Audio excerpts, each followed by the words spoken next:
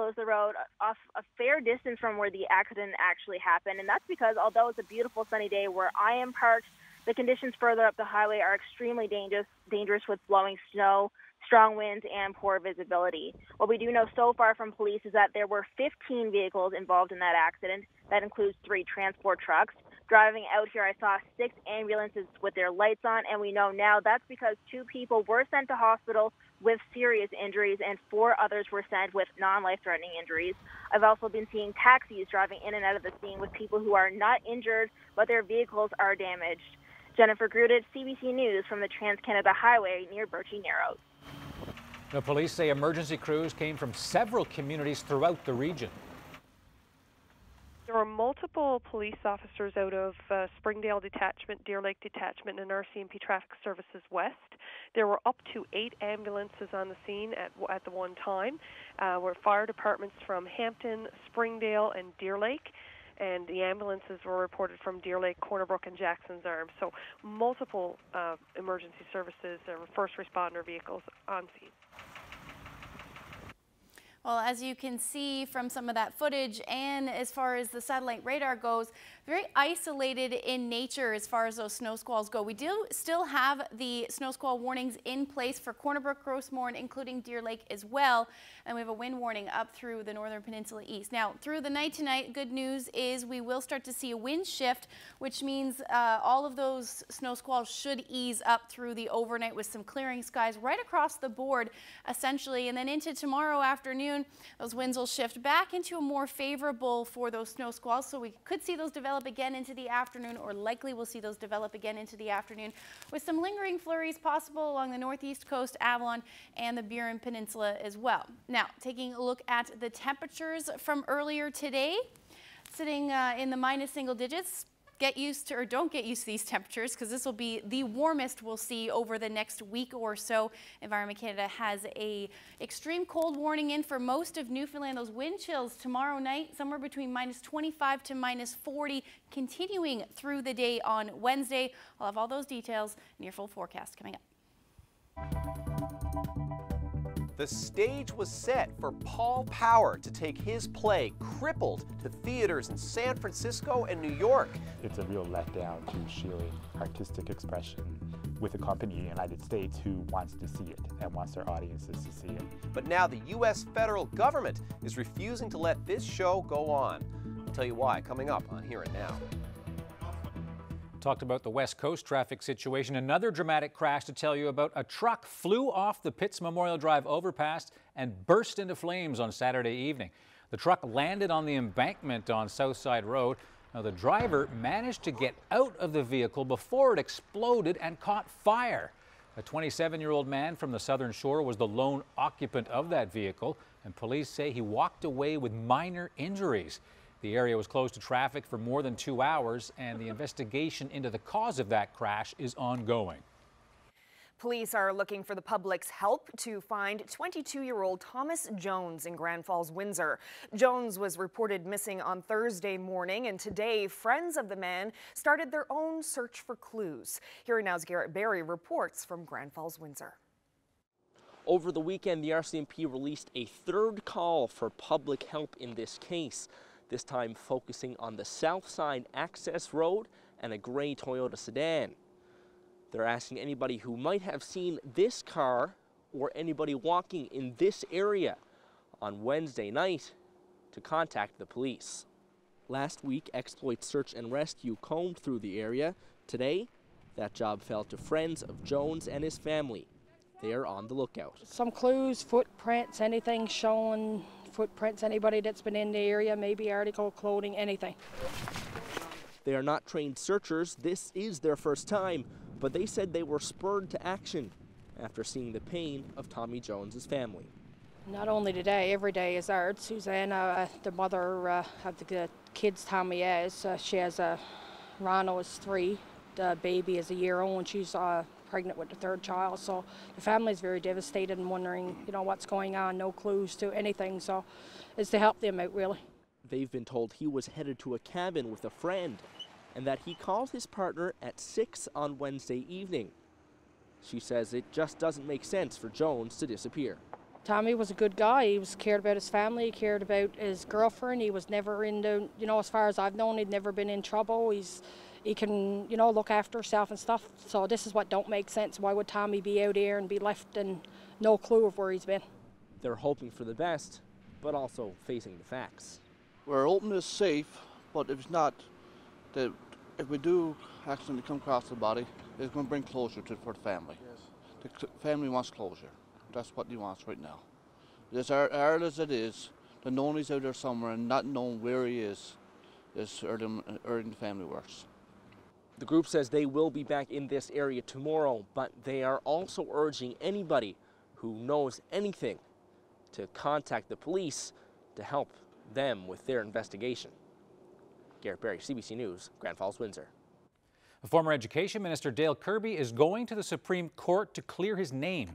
During the so-called bullying scandal last year, Bruce Chalk, the Commissioner of Legislative Standards, found that Kirby violated the MHA's Code of Conduct. But the human resources experts that Chalk hired exonerated Kirby of all accusations made by two fellow MHAs. Those are Pam Parsons and Colin Holloway. And for privacy reasons, Chalk refuses to disclose the findings of the Toronto firm Rubin Tomlinson. And Privacy Commissioner Donovan Malloy has supported that decision. But in his notice of appeal, Kirby says he has a right to see the findings of a workplace investigation into his conduct. And Kirby also says it is in the public interest to release those documents. Now, that same firm also cleared ousted cabinet minister and former Liberal MHA Eddie Joyce of all bullying and harassment accusations.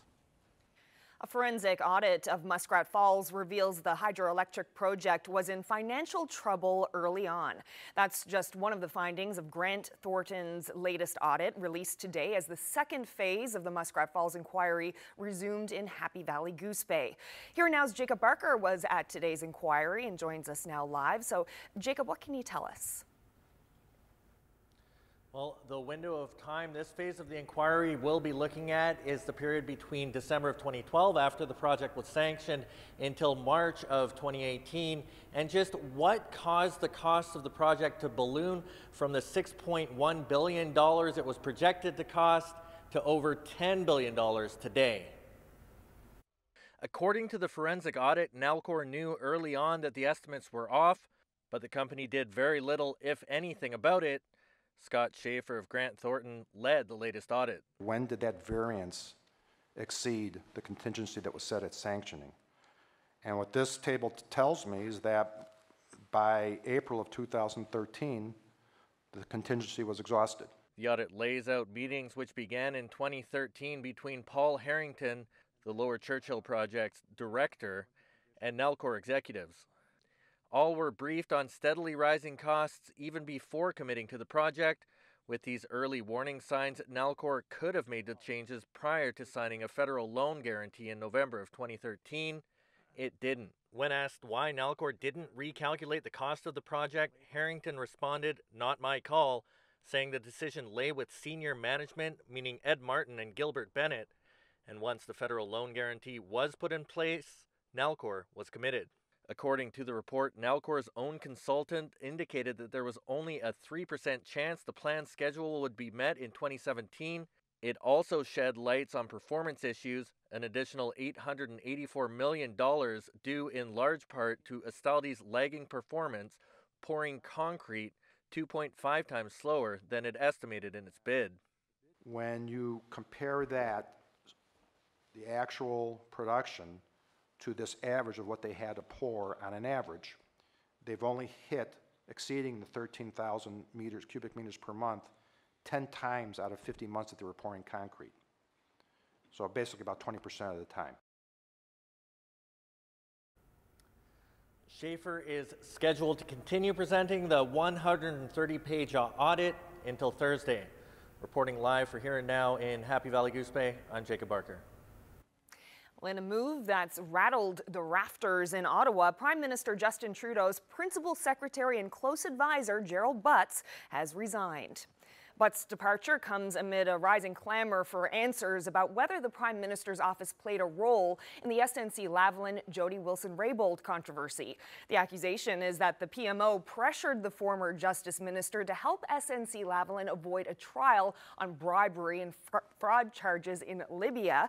Butts issued a statement today denying he or anyone else in the PMO applied pressure, but says the accusations have become a distraction from the work of the Prime Minister and his office.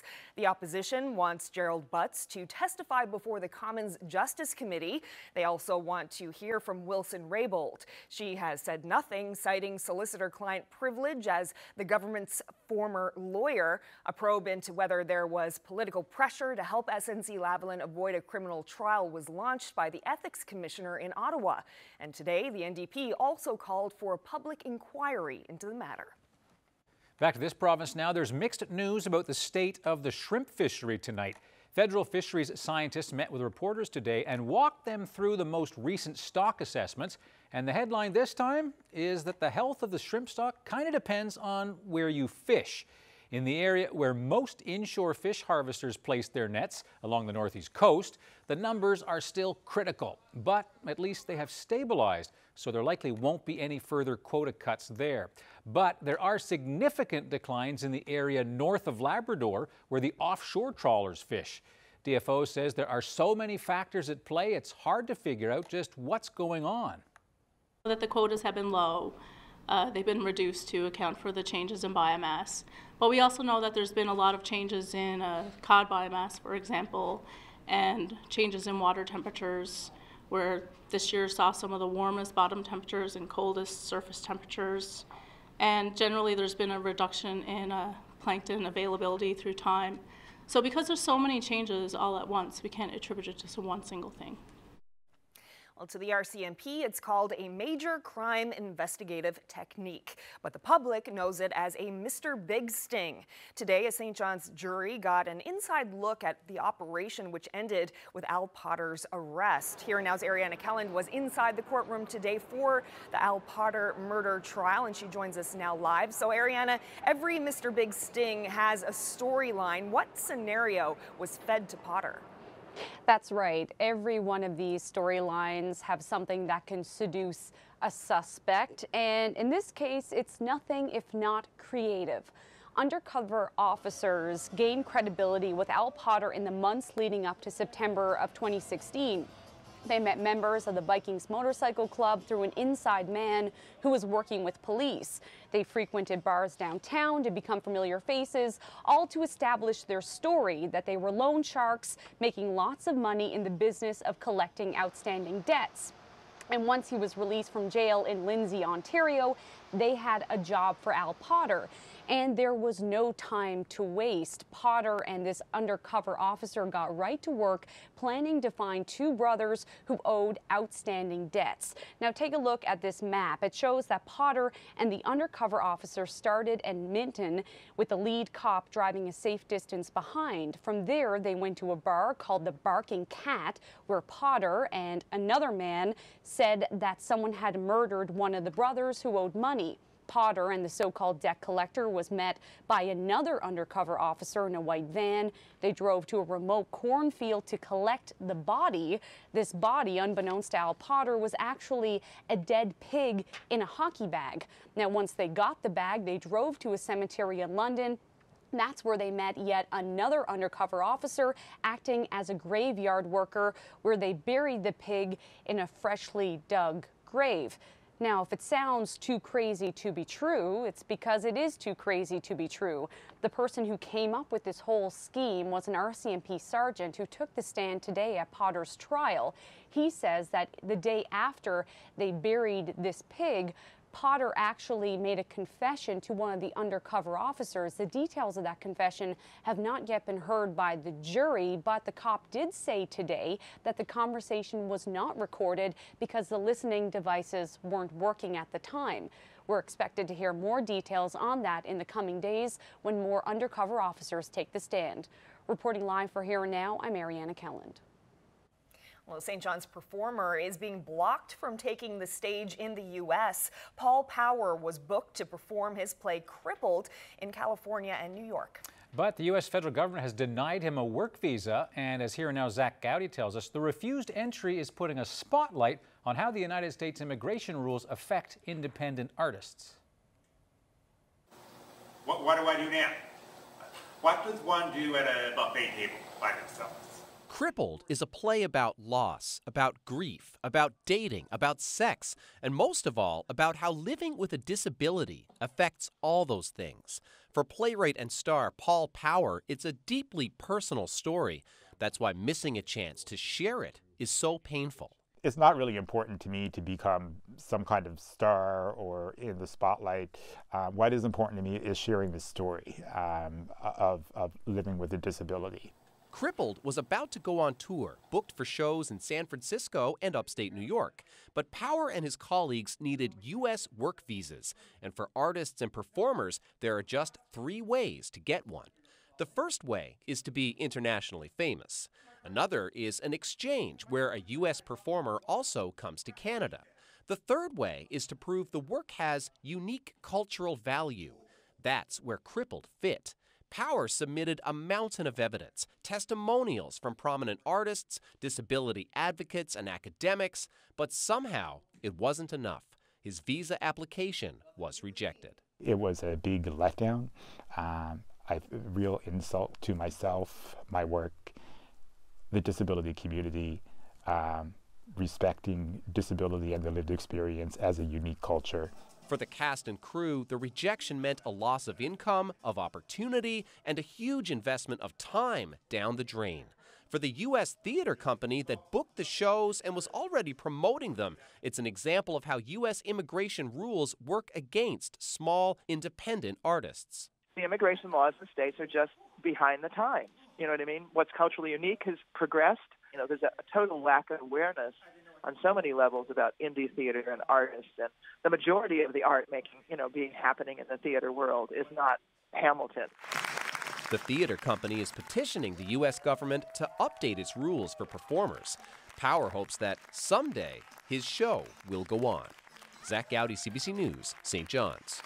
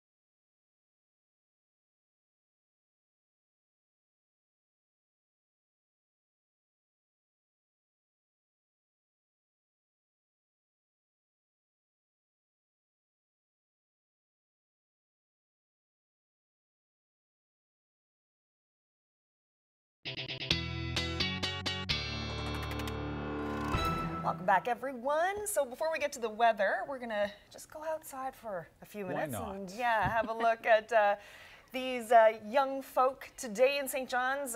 Did not have homework on their minds today. They got to hang out at the Loop, where the city provided free hot chocolate, storybook characters, and great music. Oh, yeah, somebody from Frozen. Now, they weren't thinking about school because the English School District gave all students the day off for what the board calls its midwinter break.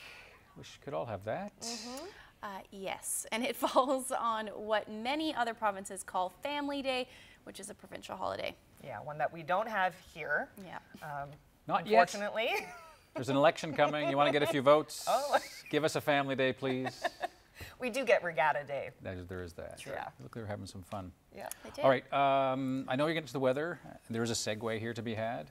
T-buns. Yes. You're a fan, I'm assuming? I love T-buns. Okay. Yeah. I just want to say thank you to the East Bun Tea Lady, or East Side Tea Lady, T-Bun Lady.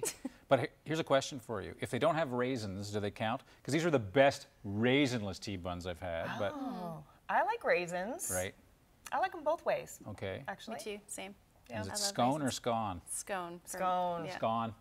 Scone. Anyway, it's gone. The segue's gone. It's going to be cold? Yes. T-buns, tea? T-buns and lots of tea.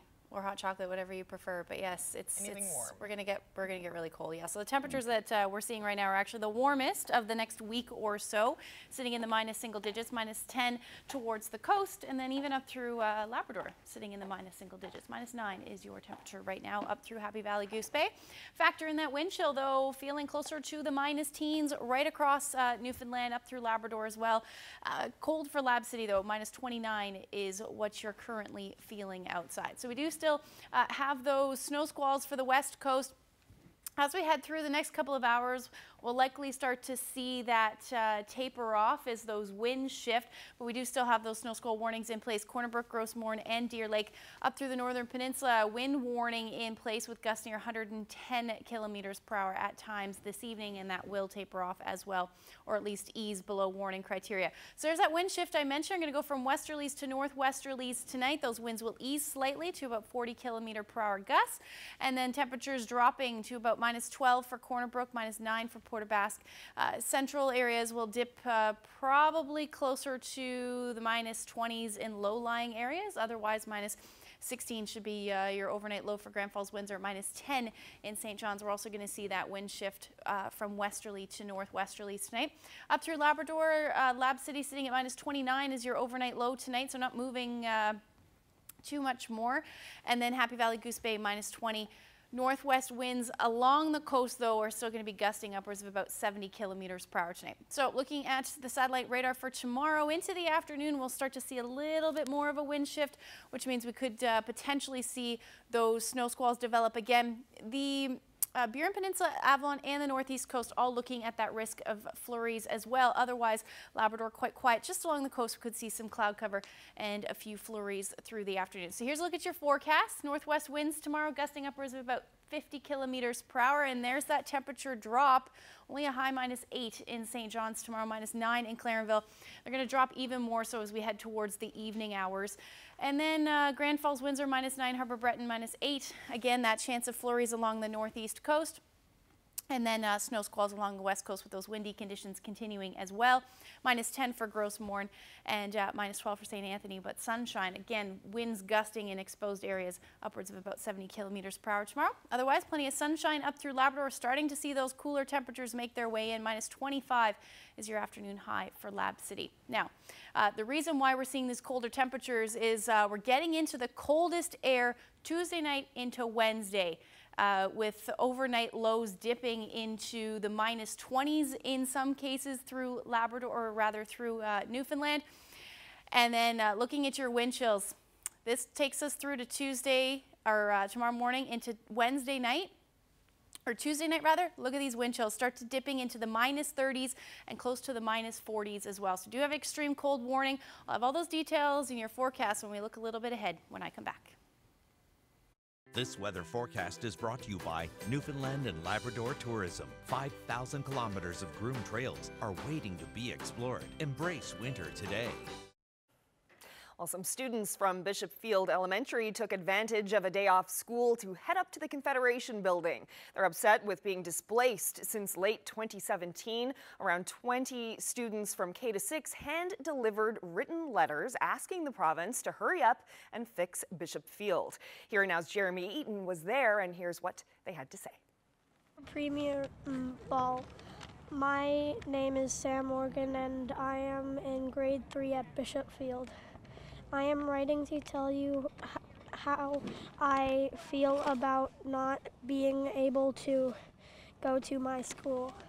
I started going to the original Bishop Field and I would like to finish there because you are taking a bit longer than we thought to fix it. It comes off like you don't really care about the students and teachers. I'm on the bus an hour a day, and I don't like going on the bus.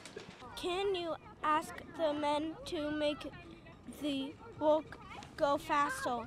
I really like the old Bishop Field, and I want to go back there. What do you miss about your school? I miss walking to the school or riding my bike to the school. It had a bigger library and it's old building that I just really liked. Bishop Field is the best school ever, but now we're in the school for the deaf, and we've been in this school for too long. I'm getting sick of this school.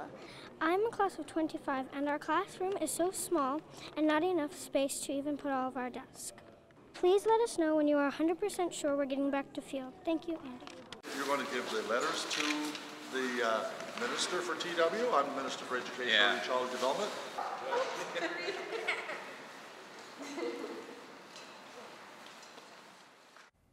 Oh, good on him. Yeah, we'll see what the ministers do with that. You've done a lot of stories about that since it started. It was a while ago. It was a long time ago. I was surprised to just read there that it was 2017, so it has been a while. They miss their school for sure. They sure do.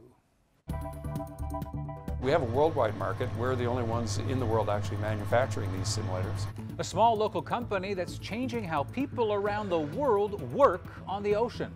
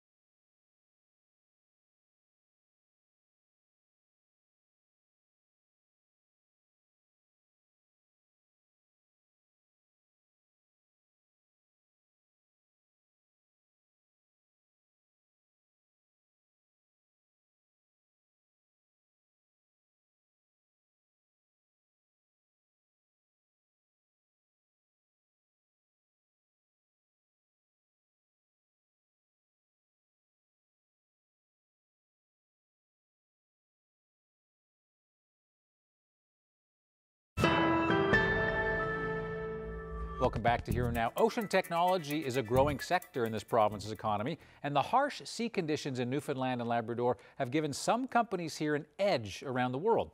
Virtual Marine is one such company. They're small, 20 employees. It's possible you might never even have heard of them. But as Jane Adey from CBC Radio's The Broadcast found out, with the help of computers and simulation, Virtual Marine is changing how people work on the ocean all over the planet. The open ocean can present some of the most dangerous working conditions on Earth. That's a daily challenge for Newfoundland company Virtual Marine. It develops some of the world's most advanced technology to make working on the water safe. All personnel should now be at the lifeboat stations. Prepare for evacuation. In this lifeboat simulator, people can train for emergency situations without risk. Everyone secure, prepare for splashdown. So Virtual Marine set out to find a way to simulate accidents and rescues. It's amazing. Tony Patterson says this kind of technology is possible because of 20 years worth of research at the National Research Council following the Ocean Ranger disaster. Complicated math models allow users to experience being on the ocean without being anywhere near it. According to the regulations, everyone who is certified as a lifeboat coxswain has got to prove that they can operate in rough seas. So this is a key part of the simulator, is being able to ratchet up the sea states to the maximum sea state that the lifeboat can operate in. And sometimes you might have to find other people in the water. You might have to tow another lifeboat. You might have to tow a life raft out of a fire, for instance. Trainees have lots of hurdles to jump to get to safety. Virtual Marine has had its share of hurdles too. When we started this company, the use of simulation and training was prohibited. You weren't allowed to use simulators. So we had to spend an awful lot of effort to convince regulators that this was an appropriate way of training. Now, regulators in oil and gas and in shipping see the benefits of allowing workers to practice whenever they want. Tell me where these simulators are in the world. What is your market? Yeah, we have a worldwide market. We're the only ones in the world actually manufacturing these simulators. So we started off in Canada. We actually started off here in Newfoundland, and then the United States and Mexico. And we crossed the Atlantic. We are the primary simulator provider in Norway. We have some in Denmark. Australia is a recent installation. We have a system now in Qatar. So it's slowly but surely we're going around the world. Virtual Marine also offers fast rescue craft operators a simulation of the open ocean. With the help of virtual reality, trainees can shift gears and speed through the waves to an emergency, all while they're safe on land. The launching and the recovering of the boat is the most dangerous piece. When I was in Coast Guard, for instance, through separate accidents, I got a concussion, severed part of a finger, and broke a finger learning how to recover boats in really rough conditions. So there had to be a better way. This is my personal incentive, was there a way through, let's say, virtual reality and simulation training to give people some basic knowledge on how to do things correctly before they tried it in a real boat. So what conditions are you simulating in this exercise? You're changing, I guess, the visibility, for example, on the ocean? Right, so we change the sea states, the visibility, daylight, darkness, but the most important thing that we're changing is the operational scenario that they're practicing. So there's different procedures to follow if you're looking for someone in the water in the fog, for instance, or if you're going out to tow a lifeboat, that fast rescue craft operators have got to know these procedures and practice them. The simulation is so lifelike, users sometimes get seasick. Their hands might be in reality, but their eyes and ears are in a 360-degree virtual world. For a fast rescue craft operator, they have to be able to see completely around the vessel in order to do their job. For instance, he's alongside of the lifeboat, might be transferring passengers, but he's got to keep an eye on where the people in the water are, or if there's anything else that's going on. Especially when we're doing a search in the fog, for instance, the head of the driver is on the swivel. It always has to be looking around. So that's what the virtual reality gives. It gives us that full 360 panoramic view. Virtual Marine has a system to train those who navigate around ice. We're now at the bottom of Conception Bay. There's a tanker that's at anchor further up in the bay, and we have this field of multi-year ice is starting to drift in. You can see there's white ice and there's blue ice, and the blue ice is very old. That's multi-year ice. It is so strong that if a ship hits it, it can punch a hole in the side of it. So it's almost like the ice that sunk the Titanic. It's that strength.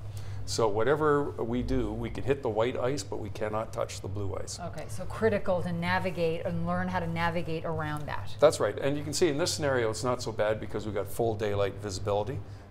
But throw in darkness or a raging snowstorm, and navigation becomes a little trickier around that dangerous multi-year ice. Luckily, another Newfoundland company, Rudder, specializes in radar that detects those boat-breaking bergy bits. The Canadian Coast Guard, after using us, they've told us this is the most advanced ice simulator in the world. Virtual Marine expects demand for this technology is about to take off. It's because of something called the Polar Code. New international rules require anyone sailing in the Canadian Arctic or the Antarctic to have advanced training in navigating ice. We've taken this big system and we've compressed it into a desktop unit. And we're now in discussions with schools around the world to bring our simulator to their school with ice experts so we can teach mariners around the world how to safely operate in our Arctic. Tony Patterson says the strength of any ocean technology company in this province is rooted directly in the environment. In Newfoundland, we've been operating in these conditions for 500 years. We have that accumulation of operational expertise. We have the most advanced scientific facilities in the world for simulating ice and high waves, and we've tapped into that expertise to bring it to our products.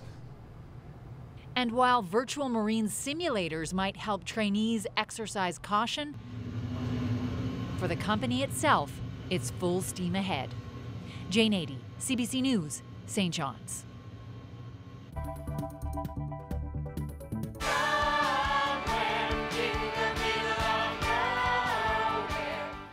A prestigious premiere across the pond, the hit show Come From Away debuts in London's West End.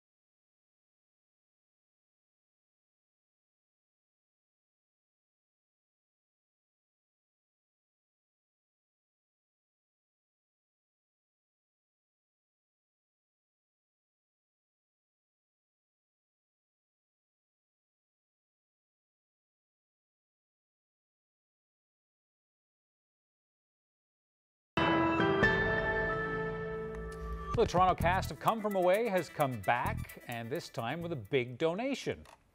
When the cast heard the Community Food Sharing Association warehouse was destroyed in a fire last month, they wanted to pitch in. So for the past 2 weeks, at the end of every performance, they passed a hat into the audience for donations. And together, along with proceeds raised during their January performance in St. John's, the Toronto cast raised more than, get this, $85,000. And this morning, that check was presented to General Manager Egg Walters, who says the money is going to be used to buy beans, pasta, tinned tuna, and all of the items that they're currently short on. And one of the show's stars did the honors. Last week in Toronto, we were raising money for the Community Food Sharing Association after the show. And I said, as a joke, I said, you know, we're accepting donations of any kind and any size, loonies, toonies, 20s, blank checks, you know. And at the end of that, I added that if you're from out of town, loonies mean $100 bills. And that night, my stage manager texted me and he said, "Hey, Steffi, you'll never believe this, but there were actually a few American $100 bills in the buckets." And I thought, oh, man, I must be a really great actor, or people are really moved by the show, and I think it's probably that one.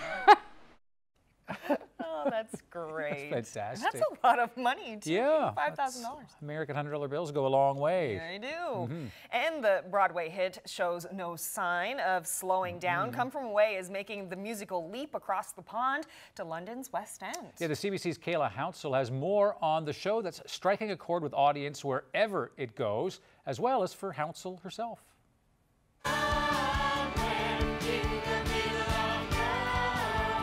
The middle of nowhere, Gander, Newfoundland. The town and surrounding communities and the people in them now on stage in London. Can I get you in? There we go. The producers have flown the real people across the Atlantic to meet the actors who portray them. Never, ever in our wildest dreams did we ever think that this was going to go any further than a college musical. When the 9/11 attacks closed U.S. airspace, 38 planes were diverted to Gander. Well, we'll take down the toast. For 5 days, nearly 7,000 come-from-aways became their guests. On the 10th anniversary of 9/11, Irene Sankoff and David Hine went to Gander to write a musical. Telling a story about people overcoming their differences and about responding to tragedy with kindness and with shared humanity. I think that it's been important for us, but it feels like it's important to a lot of people. They all agree the show is precisely accurate. Brian Mosier was a local television reporter. When you see your words, word for word, with the pauses where you put them. Now, I don't know how much old Rogers tape they watched, apparently a lot. The cast believes that accuracy is what stirs audiences' emotions, no matter how far removed they are from the actual events. I think the people of London want to see themselves there because they want to believe that they would do the same thing. 9/11, they say, represented hatred, but 9/12 epitomized love.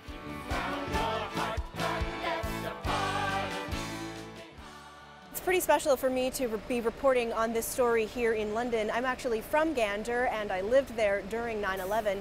I was in high school at the time, but of course my school was closed to make way for our visitors, and I remember my mom and I at the time thinking, well, what can we do to help? So we decided to make some muffins, and I remember that we had to actually go to multiple church halls and community centers to get rid of them because there were signs on the door saying too much food. Thank you. So like this musical, I think that is a testament to the people of Gander. They truly did respond with force to those calls for help on the local news. And on that note, that local reporter that you just saw in that piece was actually also my high school media teacher and the person who inspired me to become a journalist. So a full circle moment for the both of us, for me to be interviewing him in London at the Canadian High Commission with a Newfoundland flag in the background. Kayla Hounsell, CBC News, London. Well, nice personal touch there. Nice. Bit of a story, you don't see that too often. Well done, Kayla.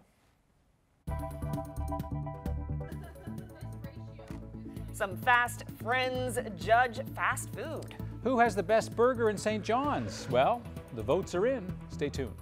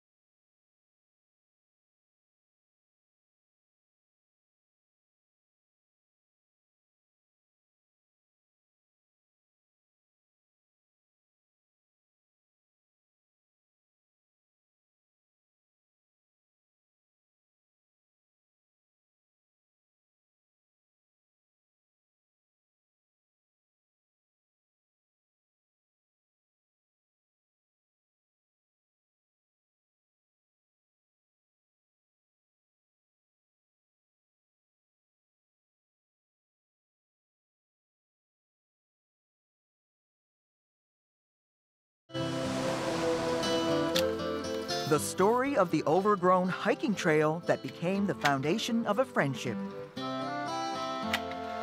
Sunday at noon and Monday at 7. This weather update is brought to you by Beltone, helping the world hear better.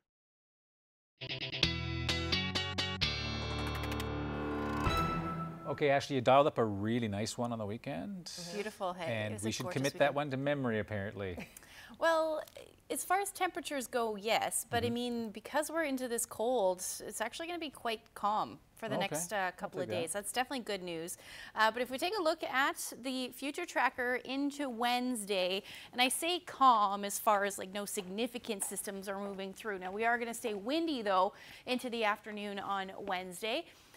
And then the chance of some flurries will move through and along the west northeast coast, as you just saw, move over there, and then into the Avalon as well into the afternoon on Wednesday. So we could see a few flurries, but most of the day actually looks like it should be a mix of sun and cloud into the afternoon. But we do have that extreme cold warning. Now this is for Tuesday night into Wednesday. Temperatures are not going to be moving much. If you can see, these are your daytime highs, minus 18 to minus 16 rather to minus 18 right across the board. And we're seeing similar temperatures up through Labrador as well. Factor in that wind chill. Again, we're going to see those wind chill values feeling closer to minus 40. And with that, any exposed skin has the potential to freeze between 10 to 30 minutes. So if you are heading out, dress in layers, certainly bundle up, because that's cold for around this time of year for sure, or at least in general for the province. Wednesday overnight into Thursday, we're still going to see that potential for some flurries in the morning, and then just a mix of sun and cloud right across the board for your Thursday into Friday. Calm again. We're not going to see too much in the way of any precipitation, most likely just a few flurries here and there. And then that continues right into Saturday afternoon. We could see some onshore flurries for the west coast and then the northeast coast as well into the evening on Saturday. So taking a look at your 5-day forecast, those winds will continue. So breezy tomorrow, wind chill feeling like minus 27, as your afternoon high should be around minus 8. Minus 17 overnight into Wednesday, with those winds continuing. Now keep that in mind, generally should be sitting around 0 degrees for this time of year. And then into Thursday, again, that potential for a few flurries. Again, mostly a mix of sun and cloud though. Central Newfoundland, same thing, windy tomorrow night, continuing through the day on Wednesday, and it looks like sunshine right into Saturday, but we are going to continue to see these cool temperatures right through, right across the board, and then same thing for western Newfoundland. So squalls possible tomorrow. Flurries and windy for Wednesday, and then Thursday we're looking at that potential for some flurries as well with a mix of sun and cloud. Eastern Labrador, because we're under that big ridge of high pressure, windy tomorrow, continue into Wednesday, but plenty of sunshine. Temperatures not really moving much into the minus teens, and then same thing for Western Labrador. So overall, even though if you can get past that cold and you bundle up, it looks like an absolutely beautiful week. So that's a look at your forecast. I'll have your weather photo, because it's a good one, when I come back. Thanks, Ashley.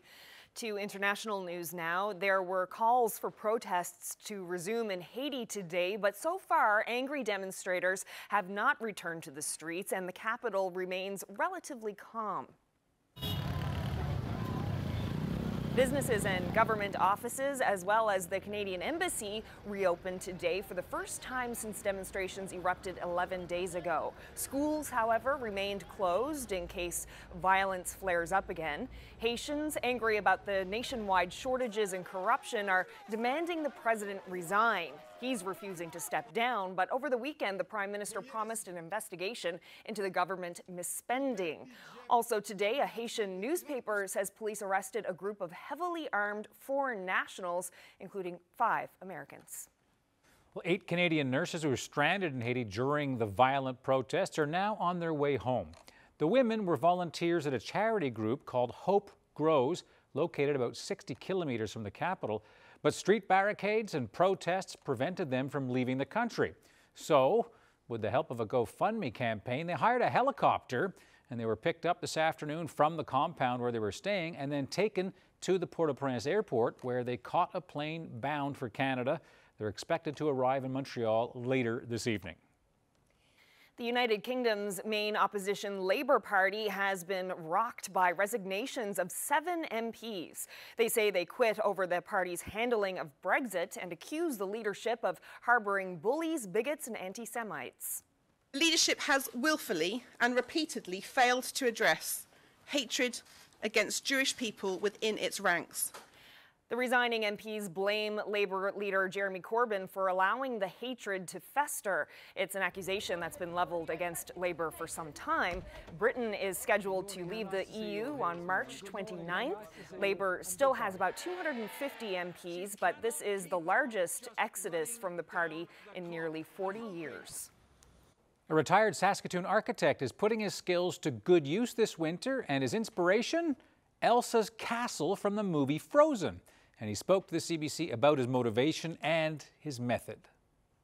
My name is Don Greer. I'm a retired architect, and for the fun of things, at wintertime I spend my time making ice sculptures. My father worked as a lineman on with telephones, and one of the greatest fears that they had was the ice buildup. So I always knew that I could work with ice on building up on wire, and so I started making nativity scenes and that sort of thing out of using the wire to sculpt the frame that I wanted. Well, I have 3 granddaughters who love Elsa, and when the movie Frozen came out a few years ago, it was in ice, and of course the lights sort of kind of went on. I says, I think I can do that. So I started studying over the last few years, did a lot of little sketches. They said, Elsa's castle. They knew what it was. So there was people by here last night when we were out front, and there was 2 little girls there and their mother, and she said, you don't know how happy you made some girls. So it was just, it touched my heart, and so I just keep doing it. Oh, that's a nice story.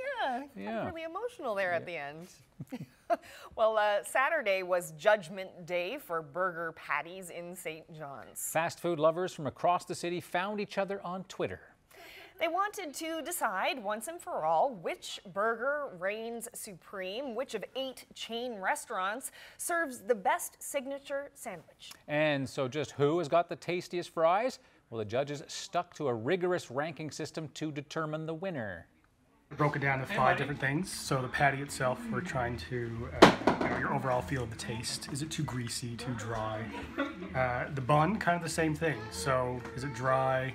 Is it a stale bun?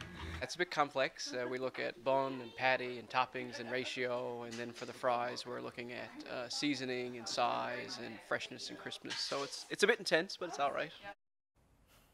And the winner? Well, the judges say A&W's Teen Burger and Fries combo is the best bet when it comes to finding a cheap sandwich on the island. Now, their scoring breakdown is available on our website, and you can see how they ranked all of the fast food burgers. That's at cbc.ca/NL.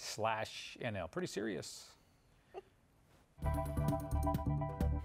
Well, if you were outside at all this weekend, clear skies, generally clear skies on Sunday. This shot was taken. Any idea where that is? On the Avalon. It is on the Avalon. It's not Middle Cove. Nope. It's close to Middle Cove. Kind of. No points. Yeah. Oh, yeah. Take a guess, and I'll tell you where this was taken when we come back.